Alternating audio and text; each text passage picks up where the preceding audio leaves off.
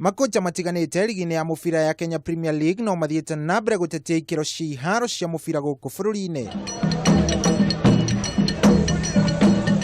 Matongoretio ni kocha wa kirabu kia Mathare United Francis Kimanzi maugite athaki ligi-ini ino ni magiriire gukorwo makirumbuiyo kuigana niguo kwithema na nguraro iria ikoragwo ikimathukiria miturire. We have to protect you have to look at the credibility of the game. You have to look at the risk of the players when it comes to injuries.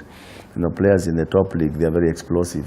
Uhoro uyu ukite ciumia nini tu thutha wa Kimanzi gukorwo kireire kiama gia KPL kiria kinyabaraga ikiro cia iharo guku bururi-ini kumana na guthuka gwa kiharo kia Ruaraka Stadium kiria meriga gukorwo magithaka na kirabu gia Tusker na akiuga ni kiuru makiria.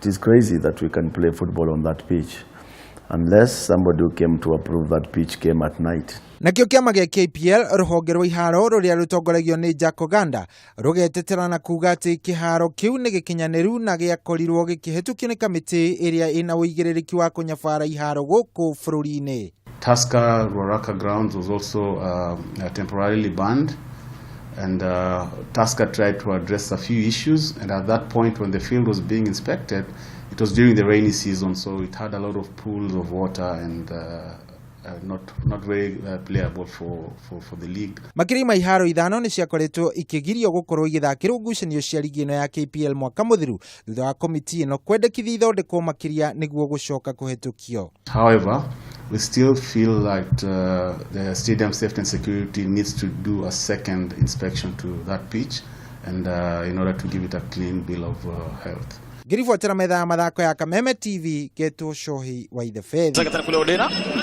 Pana alikuwa mchezaji ambaye anajituma